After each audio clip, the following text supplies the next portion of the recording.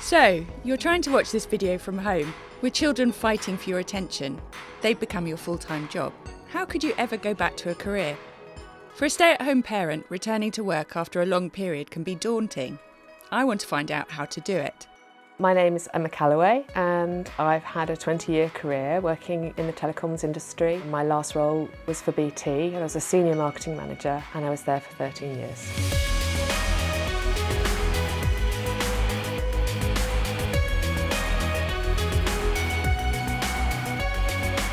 What does a tooth fairy do with her teeth? That's a weird question. Oh, it's a weird question. I had my son and I was balancing my career and putting Daniel into childcare. I thought he needed more support. I didn't think it was the right time for me to be travelling and having Daniel starting school and only being 4. And I wanted to be at the school gate for him. Yay! Brilliant. There we go. How was your day? Emma's son Daniel is happy.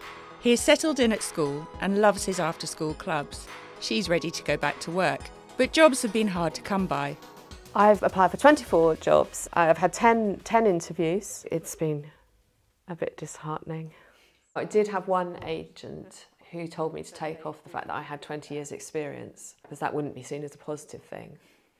Not working kind of erodes your confidence because work is such a big part of your life. If you don't have it there, then what do you say when people ask you what you do or what you've been doing? What do you say? Well, sometimes I talk about what I did in the past. It is a big part that's missing out of your life. You don't want to go to a dinner party and talk about the fact that you're a mother.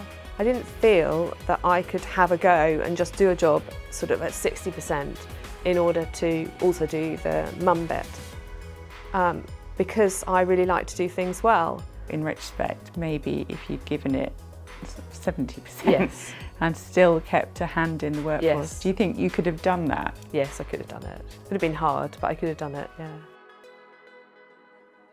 I hadn't really realised how disconnected I might feel once I stopped working. Because you don't go to work, you don't connect with people. And I know the postman really well. That's the biggest thing that I miss. And that's one of my key motivations for getting back into work, is to have more connections with people. Otherwise you get this feeling of, we call it postcode fever in our house. All you've been in your little postcode and you haven't had any stimulation or humour or discussions. Employers can be put off by gaps in your CV, but you should show recruiters that they're not empty years. Executive coach Geraldine Gallagher runs a programme for people returning to work after a significant break. I think it's really important to counteract that idea by pointing out how full those years are.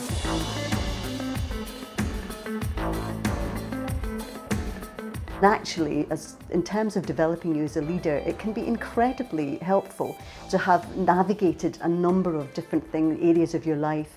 For example, if you've ever worked anywhere near a parents-teacher association, you get to realise that the kind of politics and the navigating that is actually quite complicated stuff, as well as which you might well have taken over the treasury over it, or you might well have, very often the people that we coach have helped with running a family business. So they're very rarely empty years for professional people that we coach. I would say the majority of them do something as well as looking after the children. So it's worth trying to capture that and presenting it in a constructive way. Finding work after 3 years at home with a child has been challenging for Emma. For others, a lengthy period out of work might involve a complete change of career.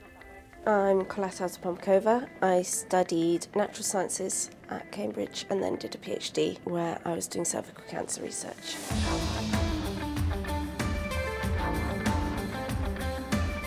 By the time I graduated from my PhD, I had 2 children, and from 2008 I was a full-time mother. And so was your ambition to be a stay-at-home mother? My ambition when I was studying was certainly to have a career, probably in research. After more than a decade as a stay-at-home mum, Colette wanted to launch a new career, but she doubted whether she could do it. I remember saying to my husband, "Oh, I'm too old, no one will employ me," and him saying, "Well, you still think the same way as you did, and you've still got all the abilities that you did, so don't decide that for them. Colette counts herself lucky that as a Cambridge University alumnus she was able to make good use of its career services.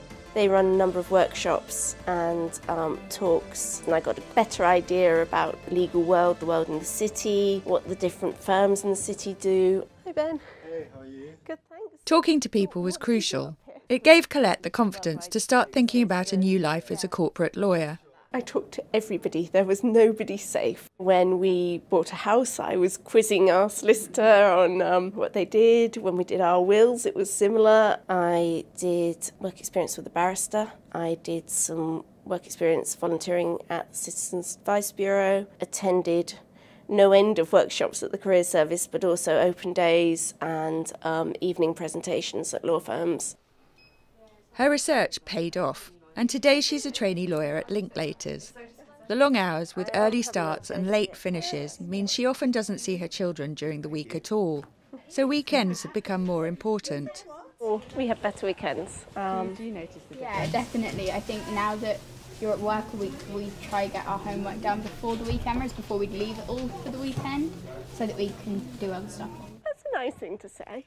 It's true. She was bored at home before. Like Was she doing your homework with you before? Well, the most exciting thing in her week would have been my year 5 maths homework, and that was really boring for us. And quite sad for her. Yeah. One of the hardest parts of switching from being a stay-at-home mother to a trainee lawyer has been letting go of being in charge of domestic affairs. Before I would know exactly which socks belonged to everybody and what the state of the washing was. Probably at the beginning I found quite difficult to sort of let go of control over some of those things. I don't miss them now. Were you trying to do both? Were you trying to be a sort of de facto stay-at-home mum and work a full-time job? I don't think I was trying to do both, but I think I was trying to be in charge of both. That's not fair on anyone.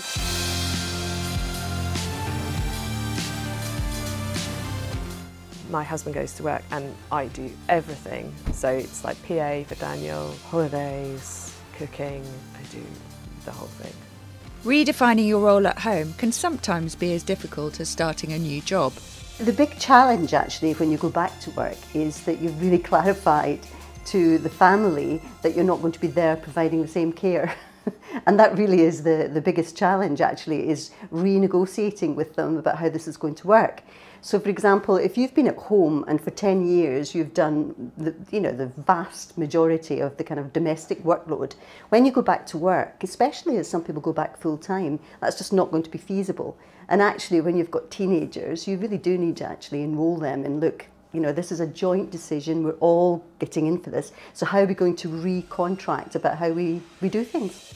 As more parents choose to return to work, some firms are adapting to meet their needs in order to recruit and retain talent. In some cases, the route back to employment could be better served by avoiding recruiters and going direct to the employer. Organisations are now beginning to recognise that there is a pool of talent that's largely untapped. And so rather than going through recruitment consultants, where the recruitment consultants themselves can be a bit, sort of transactional in the sense that they just want to have someone with recent experience, the actual companies like the banks and the law firms, they themselves are actually doing direct entry for people who've actually been out of work for a period. So I guess the first thing is to be reassured that actually this is a pool of talent, and you're in a pool of talent that people are looking for. I think there is support out there that people can use, and networks out there that can be found. I would really encourage people to think about what would make them feel fulfilled and what they want to do, and to try and make that happen. And to remember it's gradual, that you don't wake up one morning a stay-at-home mother and the next morning a lawyer somewhere like in the city like this. You don't become less clever. You don't have fewer skills after time at home. You're still the same person. You've done different things. You've gained skills. I decided it was important to throw things away. Rejection can be hard to take, but Emma didn't let it get her down. She's since successfully applied to a government-backed return to work programme, and she would encourage other people to do the same.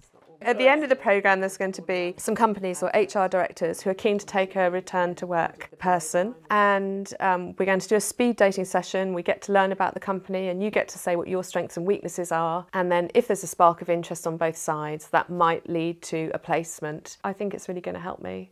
Just even connecting with other people that are having the same issues. Some people who have been on the programme and have got jobs are coming to tell us about it. And if someone inspires you to think of a different way or do things differently or look at another aspect or go and find a job elsewhere in a different sector, that's great. So if you're a stay-at-home parent longing to launch a new career, or you're worried about returning to work, consider the following. Do your research. Build your network, don't be afraid to ask questions, attend workshops or try return to work schemes. Don't be afraid of gaps in your CV. There's a good chance you've developed skills worth highlighting while looking after children. Draw attention to any volunteer work you might have done. Go directly to employers. You might get ahead if you bypass recruitment consultants and go straight to the company you want to work for. And try to stay confident. You'll almost certainly have to deal with rejection.